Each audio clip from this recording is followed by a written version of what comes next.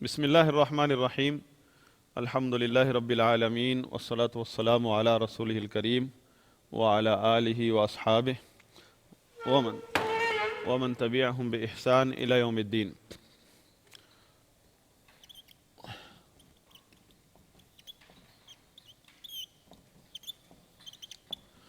مکلف جو ہے نا، یہ جو ہمارا ٹاپک ہے، اس پر ہمارے مشائخ بات کرتے رہے ہیں۔ ویسے کلاس روم میں جب یہ پڑھایا جاتا ہے تو یہ اصول فقہ میں باب الاجتہاد میں پڑھایا جاتا ہے، لیکن شیخ البانی، شیخ ابن عثیمین، ہمارے سلفی مشائخ جو ہیں اس ٹاپک پر، اور ہمارے پرانے ائمہ جو ہیں ہندوستان پاکستان کے، انہوں نے اس ٹاپک پر لکھا ہے، بولا ہے، اور وہ اس لیے کہ تقلید کے مسئلے میں افراد تفرید کا شکار ہیں لوگ۔ تقلید میں، اجتہاد میں علماء افراد تفرید کا شکار ہوئے ہیں۔ تو سب سے پہلے ہمیں جاننا چاہیے، ہم جو امت مسلمہ کے لوگ ہیں، ہمارے اندر کوئی عالم ہے، کوئی طالب علم ہے، ہر آدمی کا علمی لیول ایک نہیں ہوتا۔ تو ہم کتنی قسم کے لوگ ہیں؟ ہم مکلف جو ہیں، مکلف یعنی جب بالغ ہو جاتا ہے تو وہ مکلف ہو جاتا ہے احکامات کا۔ تو مکلف بعض علماء دو قسم کر دیتے ہیں، کلی طور پر دو قسم ہیں، ایک عالم اور مقلد کی، جیسے شیخ ابن عثیمین رحمہ اللہ، اور یہ عام جیسے شاہ ولی اللہ رحمہ اللہ نے بھی اس موضوع پر اردو میں بہت اچھا تفصیل سے بہت لکھا ہے۔ تقلید کے بارے میں بھی لکھا ہے کہ تقلید شخصی، تقلید مطلق یہ کب شروع ہوئی، اور ائمہ مجتہدین کے بارے میں۔ تو اور بعض علماء جو سلفی علماء تھوڑا سا اس کو کھول کر بیان کرتے ہیں۔ وہ اس طرح ہے کہ ہم اگر سب علماء جنہوں نے بھی اس موضوع پر بات کی ہے، ان کی سلفی علماء کی تشریح کو سامنے رکھیں تو ہمارے سامنے تین قسم کے لوگ آتے ہیں۔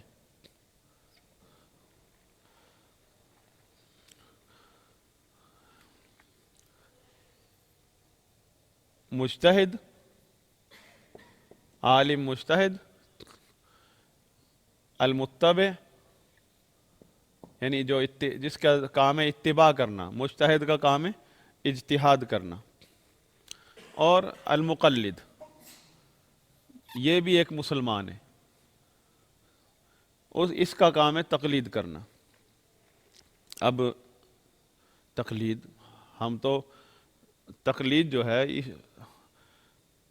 اسی نے تو بیڑا گرک کیا ہمارا۔ تو لفظ تقلید کے پیچھے نہیں لگیں، اصل مسئلے کو سمجھنے کی کوشش کریں۔ عام آدمی سے یہ عام آدمی ہے، اور یہ وہ لوگ ہیں جو ہمارے معاشرے میں آج کل جن کو ہم علماء کہتے ہیں، جبکہ وہ درجہ اجتہاد تک نہیں پہنچے۔ اور یہ مجتہد، یہ وہ علماء ہیں جن کو ہم ائمہ کرام یا فقہاء کا نام دیتے ہیں، اور یہی اصل میں انہی کے ذریعے ہمارے تک علم پہنچا ہے سارا۔ اور یہ دو طرح کے ہیں، مجتہد جو ہے وہ دو قسم کا ہے، مطلق، المجتہد المطلق، المجتہد المقید۔ دونوں میں جو چیز متفق ہے، آپس میں باہمی مشترک چیز ہے، وہ ہے کہ دونوں ہی مجتہد ہیں، محقق ہیں، کسی کے مقلد نہیں ہے، کسی کے پابند نہیں ہے۔ یہ جو ہے ڈائریکٹ قرآن و حدیث سے اصول تحقیق کے مطابق مسئلہ لیتے ہیں اور لوگوں کو بتاتے ہیں۔ مطلق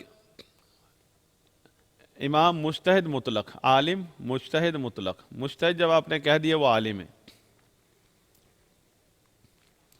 اس کی مثال جیسے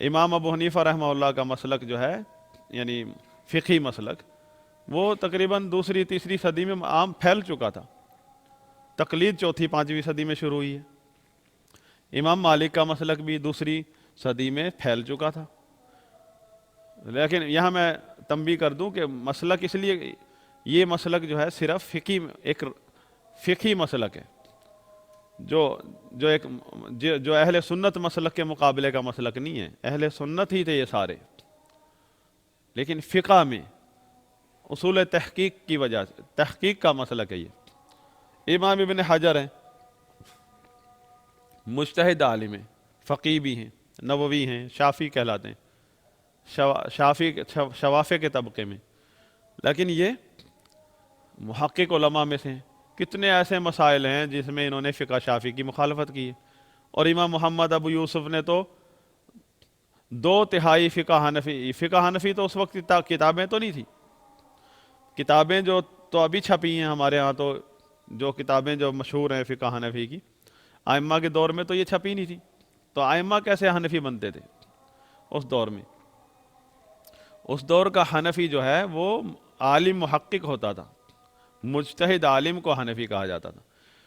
اور امام محمد، امام ابو یوسف، ان کا مشہور ہے کہ انہوں نے امام ابو حنیفہ کے 2/3 مسائل سے اختلاف کیا ہے، 2/3، یعنی امام ابو حنیفہ کا جو علم تھا ان کے پاس، اس کے 3 حصے کر لیں، 2 حصے انہوں نے رد کر دیے، ان کا اختلاف کیا، کس وجہ سے؟ دلائل کی بنا پر۔ اور اصول ان کو حنفی پھر کیوں کہا جاتا ہے؟ آج تو اگر تھوڑا سا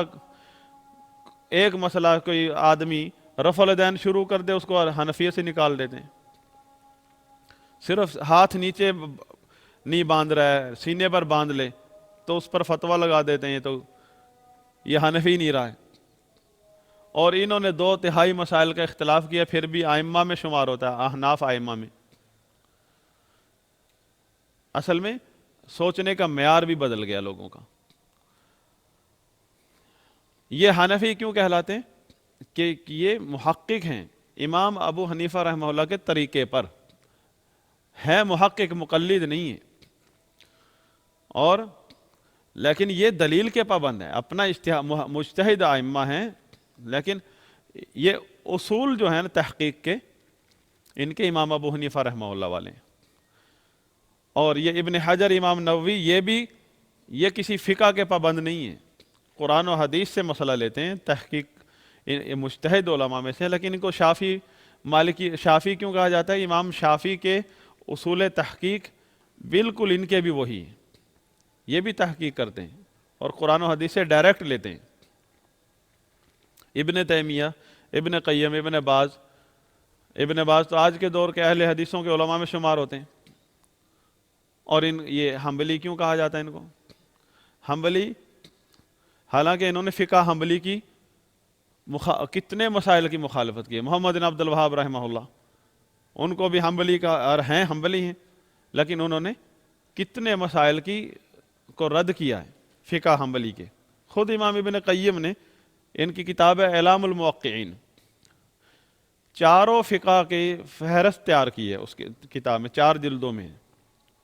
فقہ حنفی، فقہ شافعی، مالکی، حنبلی، خود حنبلی بھی ہیں۔ 4 فقہ میں سے ایسے مسائل انہوں نے اس میں درج کیے کہ جس میں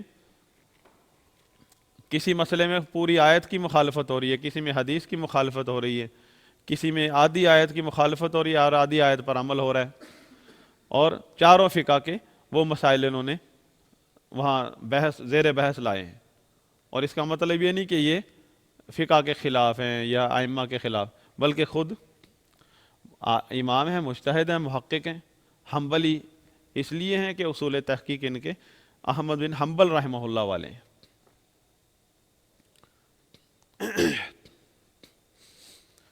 امام ابن باز رحمہ اللہ بھی، تو یہ ہیں مجتہدین، تو ان میں فرق کیوں کیا جاتا ہے؟ تو جب یہ سارے ہی محقق علماء ہیں، ایک کو آپ حنبلی کہہ رہے ہیں، ایک کو حنفی کہہ رہے ہیں، ایک کو شافعی کہہ رہے ہیں، یہ چھاپ کیوں لگاتے ہیں آپ؟ پھر دیکھیں، یہ ایک علمی مسئلہ ہے، یہ یہ پہچان ان کی خود بخود بن جاتی ہے، اور وہ پہچان، اس پہچان سے نہ ان کو چھٹکارا حاصل ہوتا ہے، نہ آپ جو ہے اس پہچان کو ختم کر سکتے ہیں۔ وجہ کیا ہے؟ مثلا ایک مسئلے میں تعارض آ گیا، یہ ایک چھوٹی سی مثال سمجھانے کا، ایک حدیث ہے بخاری شریف کی اور دوسری حدیث بھی بخاری شریف کی، اب ظاہر میں ہمیں لگ رہا ہے کہ آپس میں ٹکرا رہی ہیں، تو وہاں پر امام ابو حنیفہ رحمہ اللہ سب سے پہلے کیا کہتے ہیں کہ ناسخ منسوخ کو دیکھیں گے۔ ناسخ مطلب ایک حدیث ناسخ ہوگی، دوسری منسوخ ہوگی، منسوخ کو چھوڑ دیں گے اور ایک پر عمل کریں گے۔ یہ امام ابو حنیفہ کا اصول ہے، اور بعد ہمیں آنے والے جتنی بھی ائمہ ہیں ان میں جس کا بھی یہ اصول ہے، اس کو اس بنا پر پہچان ہوگی یہ حنفی ہے، کیونکہ یہ امام ابو حنیفہ والی اصولوں پر چلتا ہے۔ لیکن کوئی فقہ حنفی کی کتاب نہیں ہے جس کو فالو کرنے سے وہ حنفی بنے، وہ تحقیق کے میدان میں، لیبارٹری میں اس کا اپنا اصول ہے، اور پھر وہاں آپس میں بات چلتی ہے کہ یہ تو ابو حنیفہ والے اصولوں کے مطابق دیکھے گا، اب یہ مسئلہ تو ہو گیا، پھنس گئے ہم یہاں، اب اس کے پاس جائے گا تو اس نے تو پہلے یہ کرنا ہے، اور دوسرا کہہ رہا نہیں، ہم تو دیکھیں گے، سب سے پہلے کریں گے اس کو وہ دوسرا آدمی کہہ رہا ہے کہ میں تو اس کو جمع کروں گا، جمع بین الحدیثین، الجم بین الحدیثین، کیا مطلب؟ دونوں حدیثوں کو اکٹھا کر کے دیکھیں گے، دونوں پر عمل ہو سکتا ہے۔ ناسخ منسوخ کا فتویٰ میں نہیں لگاؤں گا، پہلے کوشش کروں گا کہ جمع کر کے دیکھوں کہ یہ بھی صحیح ہے اپنی جگہ پر، یہ حدیث اپنی جگہ پر صحیح ہے، اور کوئی تعارض کو دور کرنے کی کوشش کروں گا۔ جو ایسا کرے گا، جو ہی مسئلہ یہ آیا اس قسم کا، اس نے سب سے پہلے اس کے لیبارٹری کو اصول یہ، تو ہم کہیں گے اب یہ مسئلہ اگر اس کے پاس چلا گیا تو اس نے پہلے یہاں سے شروع کرنا ہے، یعنی یہ چار ناسخ منسوخ ہیں، پھر اس نے دیکھنا ہے جی تطبیق کرنی ہے، تطبیق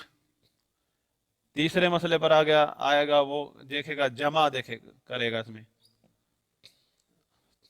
نا، ہاں جمع کرے گا، تطبیق ہے، اور پھر توفیق، اور چوتھے پر الجم، آخر میں جمع دیکھ رہے ہیں، یہاں یہی چیزیں ہیں اس کے پاس، اس نے بھی انہی پر عمل کرنا ہے، لیکن یہ سب سے یہ ناسخ کو آخر میں لا رہے ہیں، ناسخ منسوخ کو جو امام ابو حنیفہ پہلے رکھتے ہیں نا جس چیز کو، یہ آخر میں لا رہا ہے، باقی چیزوں کو بیچ میں لائے گا، اور یہ جو ہے جمع کو آخر میں لا رہا ہے، ناسخ جو یہاں آخر ہے وہ پہلے لا رہا ہے۔ ایک ہی مسئلے میں کہ دو حدیثیں ٹکرا رہی ہیں، ضروری نہیں کہ وہ، یعنی اگر اس کے پاس آئے گی حدیث تو اس نے آنکھیں بند کر کے لگا دینا فتویٰ، یہ تو ایک ناسخ ایک منسوخ لے جاؤ، اس پر عمل کر لو، اسے چھوڑ دو، وہ کوشش کرے گا، ناسخ منسوخ کے اصول ہیں، اور وہ اصول تقریباً سب کے ایک ہی ہیں، لیکن وہ کوشش کرے گا یہاں سے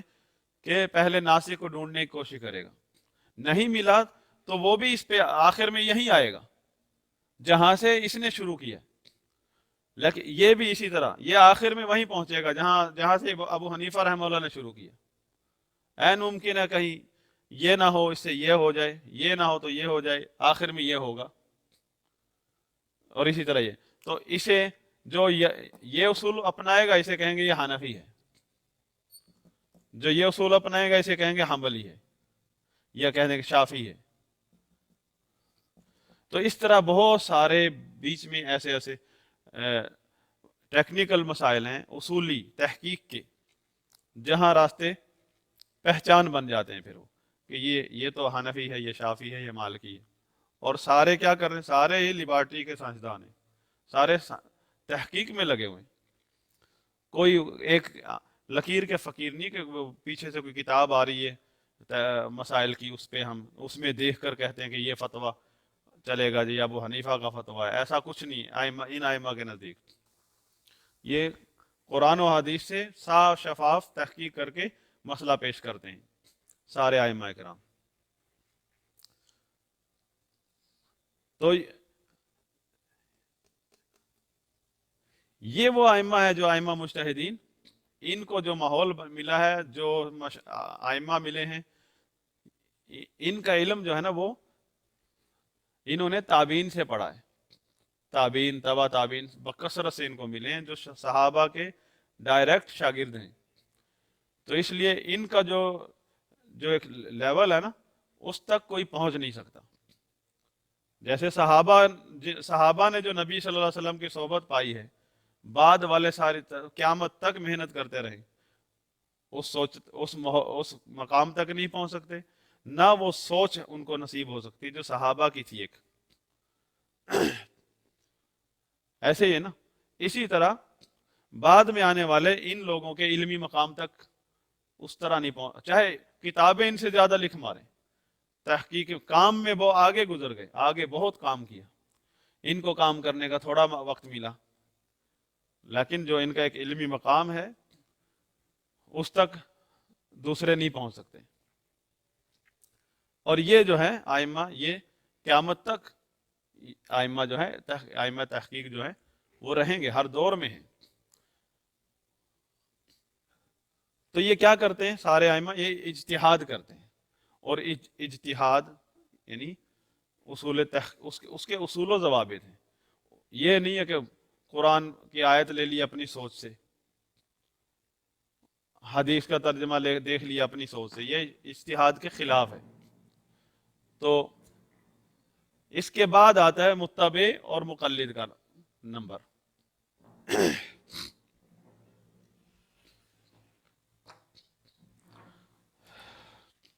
اللہ اکبر اللہ